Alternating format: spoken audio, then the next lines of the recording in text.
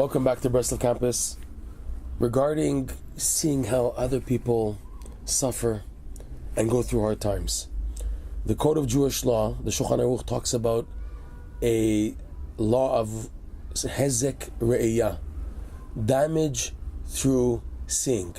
For example, when building a house, you're not supposed to build a house where your windows are facing the neighbor's windows. If anything, you have to face your windows to one of his walls where he doesn't have windows. That's how ideally you should not build a house. Why? Because there's a problem for neighbors peeking and looking at each other and trying to see what they're going through, what's happening at their house, if they're having arguments with their wives or their kids, or what they're doing, how they dress. It's a problem. It's called hezek re'iyah. You can cause damage to somebody else by becoming envious or curious, and can even cause them damage by the evil eye. So the Torah, the Halacha, warns very much of what's called hezek re'iyah, not to cause damage from seeing, and therefore things have to be done properly. This also was one of the blessings of Bilam. When Bilam was blessing the Jewish people in Parashat Balak, so one of the things Rashi points out in his praises is that their tents, the opening of the tents, were not facing each other. Rather, one opening was facing the back part of another tent, so that way they don't see each other, what's happening in each other's tents. That's how ideally a Jewish house should be built. Now Reb Noson in the Likutei Halachot, he goes a step further, and he says like this, that hezek re'iyah also means you should never compare yourself to other people. You cannot compare yourself to another person, and whether for the negative and for the positive, but especially for the negative.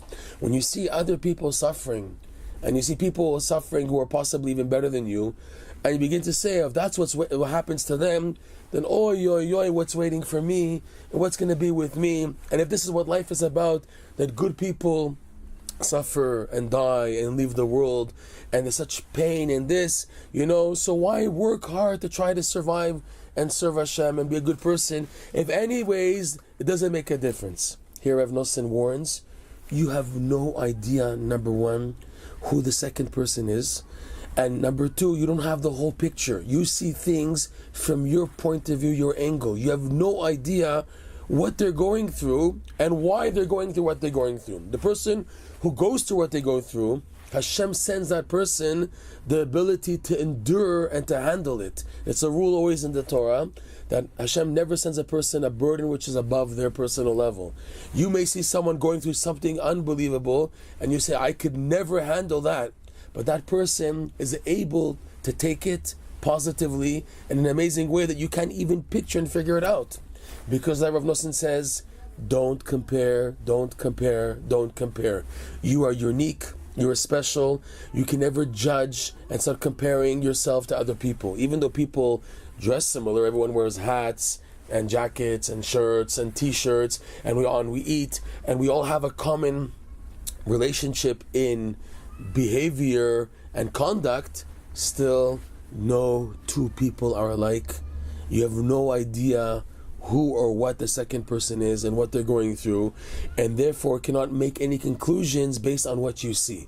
This, Reb Noson says, is an extension of the prohibition of hezek re'iyah, and when it comes to serving Hashem, you got to put your blinkers on, look forward.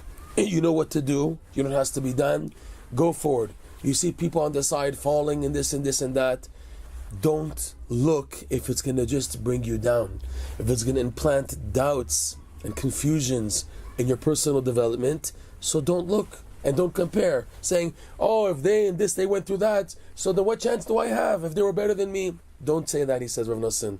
That is forbidden, because you have no clue who the second person is. He says, Rabbi Nachman, and Rabbi Nachman's wisdom, that a ish kasher, a worthy Jew, walks around with intestines and stomach and a colon like everybody else. But in reality, he's a totally different thing.